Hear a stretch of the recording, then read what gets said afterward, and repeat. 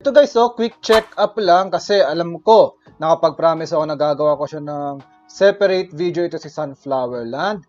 So tinan muna natin kung that one Matic to play is take in effect pa rin.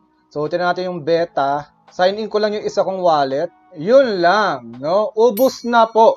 100,000 farms have already been minted. More spots will be opened over the coming days. Yun lang guys. So, tsaka tapos kung napansin nyo, yung SFL is not tradable until May 9. Kaya wala pa po ito, hindi pa mapapalit sa mga meron pang Sunflower Land dyan, nagpa-farm ng mga token. Scam po lahat kung sasabihin nila na maaari nyo nang ipapalit yung token nyo sa fiat guys ha. Be careful on that. Kung ako tatanungin nyo kung kailan sila magre-release ulit ng mga one Matic na farm na NFT, hindi ko po alam. Kaya kayo, kung ako sa inyo, tumambay na lang kayo sa kanilang Twitter account, sa Discord channel para makakuha kayo ng information about Sunflower Land or pumasok kayo sa ating Discord community kasi meron tayong channel dedicated for them dahil madami din sa ating community, lalo yung mga ka-cheapskate natin dyan ang naglalaro nito. Kaya, let's dive quickly lang dito sa Sunflower Land kung ano ba yung take natin dito sa game na to. Pero bago yan, I'm John aka Sora kung gusto yung makapit yung freedom of time and money while doing the things you love. Katulad natin, no? Gaming, trading, NFT reviewing, or kung anumang grind natin sa buhay, huwag mo kalimutan mag-like, share, subscribe kasi madami tayong tips kung paano yung magagawa yon. Kaya, let's go! So, titignan ko lang yung website niya very quickly. So, maganda naman. Tapos, very Doksyun team with live AMA. So, nandiyan yung mga profile which is good for me. Then, marami silang engineers and designers across the globe. Actually, para sa akin, parang nagiging community project. Kung titignan natin dito, meron silang contributors, mga designers, and engineers as well. At kung one Matic lang naman yan, magkano ba yon? 70 pesos. No? Kung is-comment tayo sa 70 pesos with an upside reward, okay na sa akin yun, di ba? Parang free-to-play na din iyon. Kasi importante kung papasok ka sa NFT game, gusto mo. Kasi alam ko, madami yung mga gusto ng mga farming game, no? Dahil ng mga Facebook era, Farmville yung sikat, di ba? Then ito, may chance ka pang magkaroon ng token that you can convert it to money as well. Don't expect lang na magiging milyonaryo ka agad-agad dito sa halagang 70 pesos. Baguhin mo yung mindset mong yan.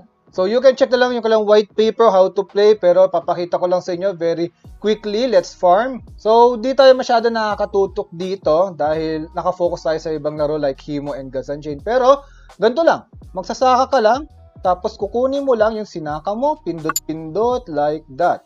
Then, ibebenta mo siya, tapos ang gusto ko nakikita dito, yung mga seeds na yan ay limited po yung stocks. So, I don't know on paano nila gagawin, i-replenish to, bibili ka ba sa kitchen whatsoever. Kung alam mo, i-comment mo below para malaman natin lahat. Dahil di ko pa nakikita rin yung mga live AMA nila. Pero right now, ang naging focus ko dito sa game na to is to have that second farm. Paano ba yon? So, una kasi, sunflower seed lang ang kaya mong bilhin. So, tiyagaan yan. Kung di ko kamali, 1 minute yata ito.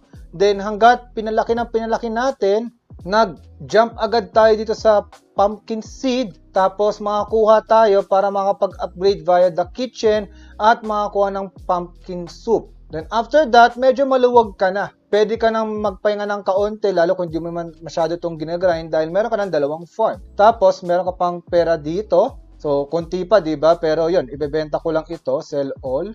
Then, sell all natin ito. So, mapapansin nyo sa right corner, meron na tayong 2.32 na SFL. Ang dami ko nang pwedeng bilhin na seeds yan. So, pwede ko nang mag-jump dito, kaso nakalock pa. So, I think may tier 2 pa ito. So, dito muna tayo. Or pwede natin tingnan ito, fermented cabbage, kailangan pa natin 2.5. So, grind pa tayo. Yan, then bili tayo 10.